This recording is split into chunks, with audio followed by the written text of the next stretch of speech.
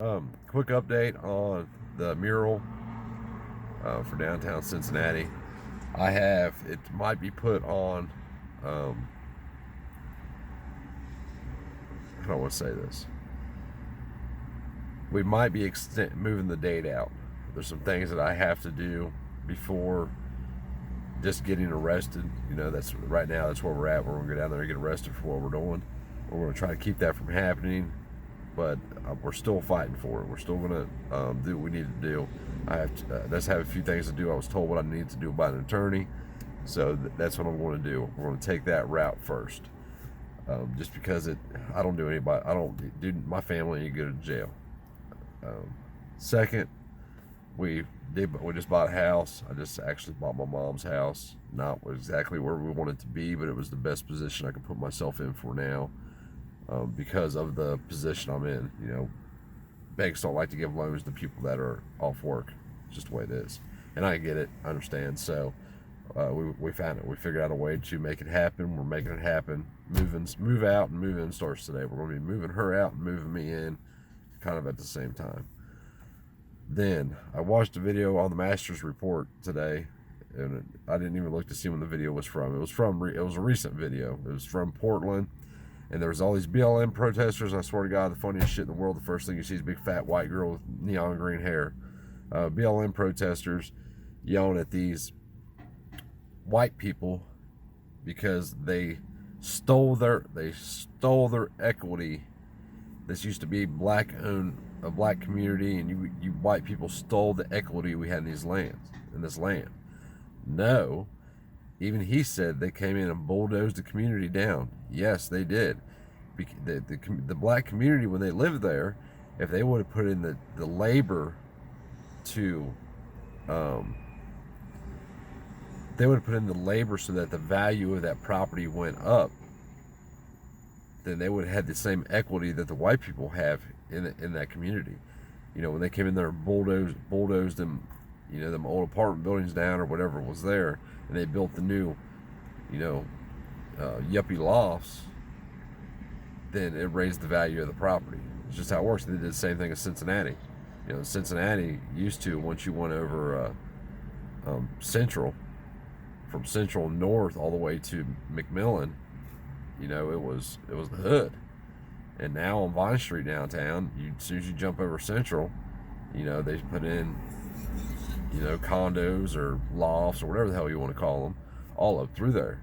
I actually did some heating and air down there for a while, and we was working in a condo, which was really funny. That the same floor plan that was selling for $100,000, 30 miles away, was selling for $750,000 downtown. And it was the exact same floor plan from the same company. It was crazy. But they're demanding that white people open their wallets up and give to these black people because it was their land. Now their argument, even in their own argument, they stop and say, this is our land. Well, it was the Native Americans' land, but now it was our land. The white people took it from us. If you want to make that argument, we can make the argument that, what? It was all white people's land before black people ever owned land.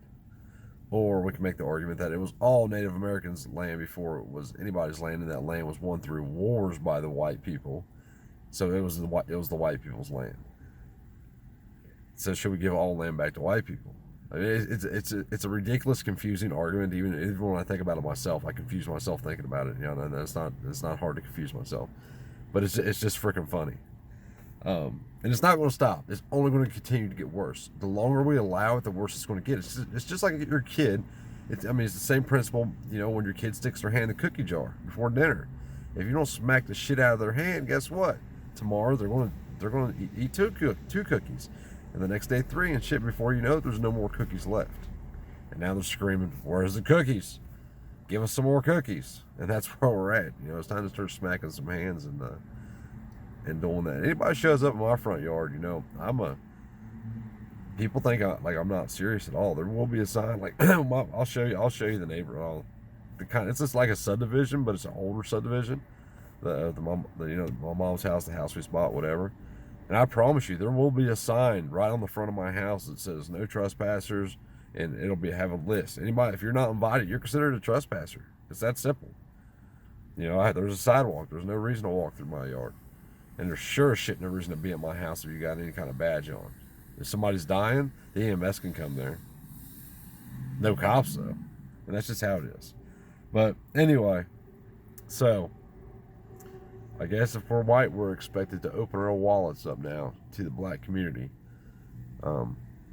Even though that they have affirmative action on their side, they can have lower SATs and still get into the same schools that I have to have a 1250 they can get in with an 1130.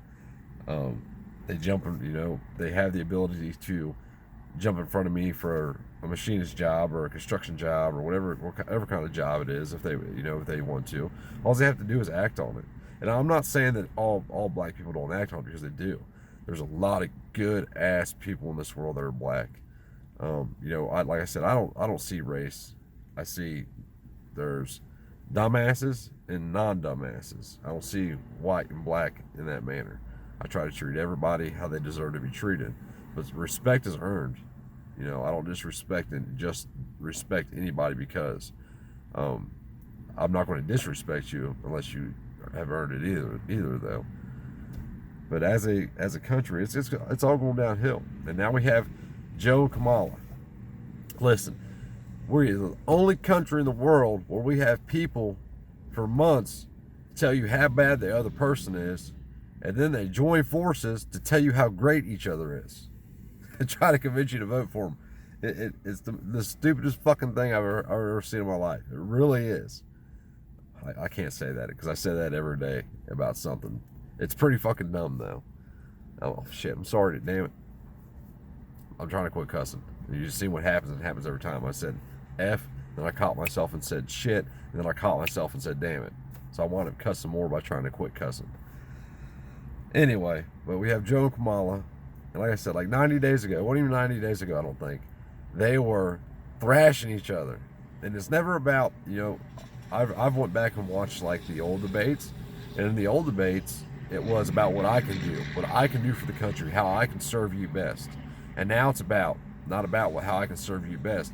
It's about why you can't serve them best, or why that person can't serve you best, or what skeletons are in their closet.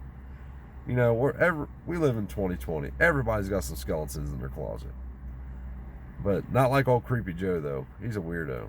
He definitely shows, if you go watch like a documentary on profiling pedophiles, he gives off all the body language and everything. Like, Joe is a pedophile, period. He's an old creep.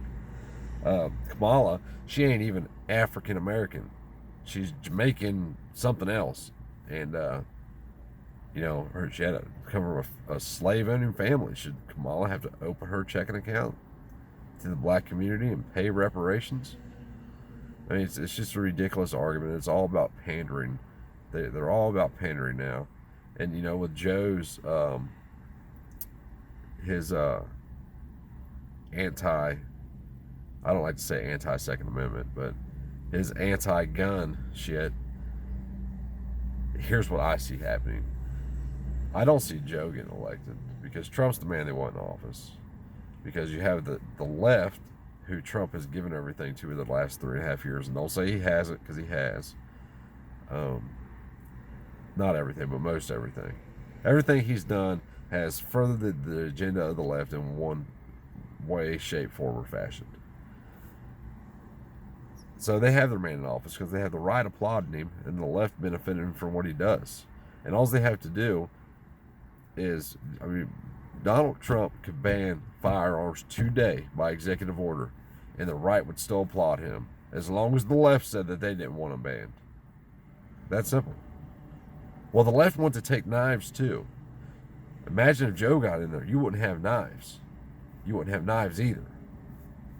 It's stupid. It's a stupid argument, just like the Hillary argument. Well, what if Hillary got in? If Hillary got in, we wouldn't have things like the bump stock ban or fixed NICS. None of that shit would have happened. Or, the extension on the import ban, or You know, he caught the damn executive order that bribed states to enact red flag laws. We wouldn't have none of that shit because the right would have stood up and said, no, we're not dealing with it. And they would have been calling for her head on a platter if she did it. But because Trump's got an R before his name, and he says on stage that he's this, we're going to applaud him and vote for him. It's all ridiculous. It's getting crazier and crazier by the day. Like, I'm just ready to get some popcorn. If I like popcorn, I already had it. I'd be sitting on a mountaintop somewhere with the TV on and a good field of view and a rifle, just waiting. It was fucking insane. But all right, people, have a good day and stay safe.